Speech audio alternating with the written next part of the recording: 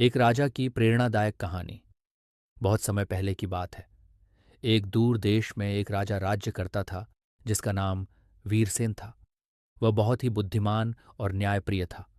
उसके राज्य में प्रजा सुखी थी, लेकिन राजा को हमेशा यह चिंता रहती थी कि उसके बाद राज्य का भविष्य क्या होगा।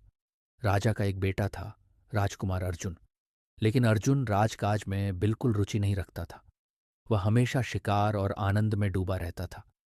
राजा वीरसेन को चिंता हुई कि क्या अर्जुन कभी एक योग्य शासक बन पाएगा। एक दिन राजा ने अपने मंत्री से एक योजना बनाई।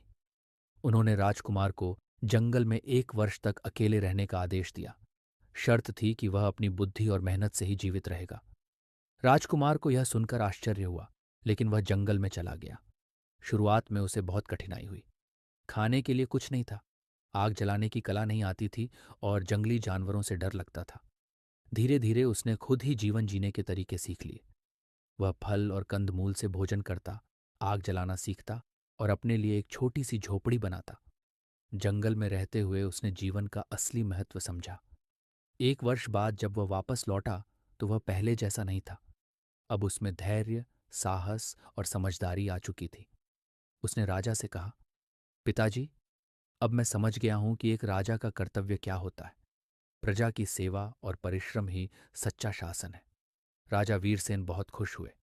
उन्होंने राजकुमार को राज्य की जिम्मेदारियां सौंपनी शुरू कर दीं।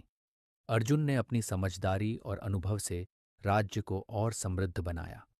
इस कहानी से हमें यह सीख मिलती है कि कठिनाइयां ही हमें सच्चा ज्ञान देती हैं।